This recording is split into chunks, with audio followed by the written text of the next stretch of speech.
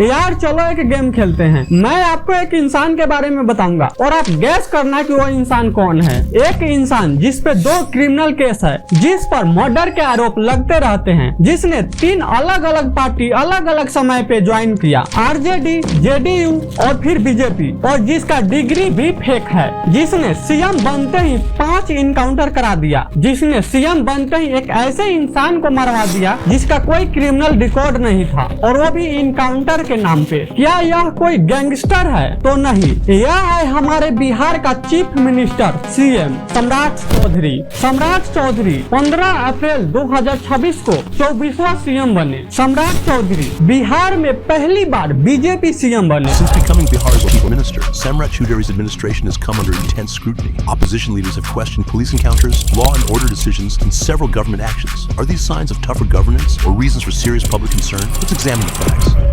सुनने में बड़ा अच्छा लगता है ना, नया सीएम, नया बिहार। लेकिन यार सम्राट चौधरी के एक बार बैकग्राउंड को देखो। इलेक्शन एफिडेविट में खुद डिक्लेयर किया है कि सम्राट चौधरी के खिलाफ 2 क्रिमिनल केस है, जिसमें एक केस है सरकारी काम में रुकावट डालने का। प्रशांत किशोर ने सीरियस एलिगेशन लगाया मर्डर केस में इन्वॉल्वमेंट का, और फिर बाद में डिग्री भी फेक होने पर सवाल उठा। यार एक तरफ सम्राट चौधरी खुद बोलता है कि बिहार में कोई भी क्रिमिनल नहीं बचेगा।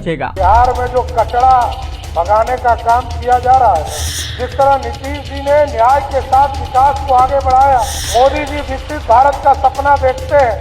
जो अपराधी है उसको नेपाल जाना ही होगा। जंगल में पूरी व्यवस्था खड़ा करना हो, ये कर्जा कभी उतर नहीं सकता है, इतना जरूर आश्वस्त करते हैं साथ। और दूसरी तरफ सम्राट चौधरी खुद क्रिमिनल केस लेके घूम रहा है। सम्राट चौधरी ने सीएम बनते ही बिहार पुलिस को खुली छूट दे दी। यूपी के सीएम योगी आदित्यनाथ के मॉडल कॉपी किया, बिहार में जो क्रिमिनल है उसको मार दो। पुलिस और क्रिमिनल 2 बिल्कुल अलग लोग, अलग अलग रास्ते से अब खुलकर आमने सामने आ गए थे।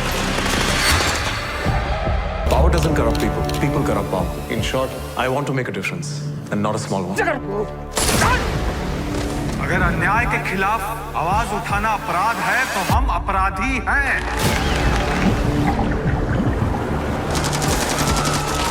नया ड्राइवर कुछ ज्यादा ही हॉर्न बजाता है। बहुत खतरनाक क्रिमिनल के वाइफ हैं। Independence day. सीएम बनते ही 2 महीने में 5 इनकाउंटर, 4 लोगों की मौत। इसमें से एक है भरत तिवारी, जिसके बारे में आप और हम पहले से भी जानते हैं। बिना क्रिमिनल रिकॉर्ड के सरेंडर करने के बाद भी मार दिया गया। यार इनको दे दिया गया और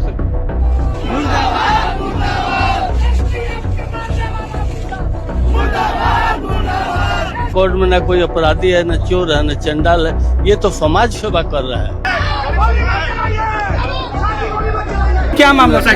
कितनी गोली लगी है सर? कितनी गोली लगी है सर?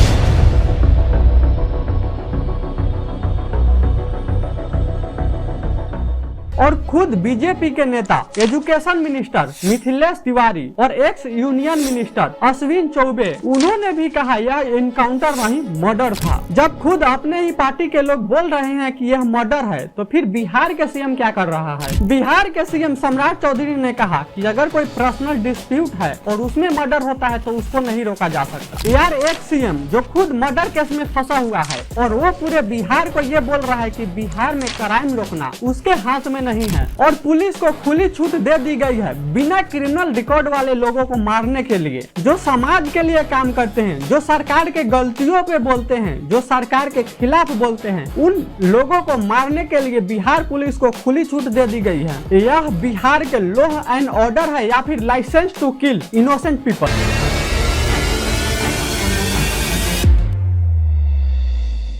बिहार की राजधानी पटना में शिक्षा भर्ती परीक्षा TRE 4 की मांग कर रहे अभ्यर्थियों पर पुलिस ने आज जमकर लाठियां भांजी। प्रदर्शनकारी अभ्यर्थी इस परीक्षा के लिए तुरंत रिक्तियों को जारी करने की मांग कर रहे हैं। सम्राट चौधरी के डिग्री पर सवाल उठा। एफिडेविट में लिखा हुआ था लॉयर एजुकेशन, लेकिन फिर बाद में उसको चेंज कर दिया गया। यह बिहार के भाग है या फिर मजाक? यार मैं बीजेपी या फिर अपोजिशन के सपोर्ट में नहीं हूँ। मैं सिर्फ सवाल पूछ रहा हूँ। एक सीएम जिसके ऊपर क्रिमिनल केस है, जिसने पुलिस को खुली छूट दे चुका है, जिसको सीएम बनते ही एक बिना क्रिमिनल रिकॉर्ड वाले इंसान को, एक आम इंसान को मार दिया गया, और वो भी इनकाउंटर के नाम पर, तो फिर क्या यह वही बिहार है जिसमें हम रहना चाहते हैं? जवाब आप देना कमेंट बॉक्स में। बाकी मिलते हैं किसी और वीडियो में, जब तक के लिए जय हिंद, जय भारत।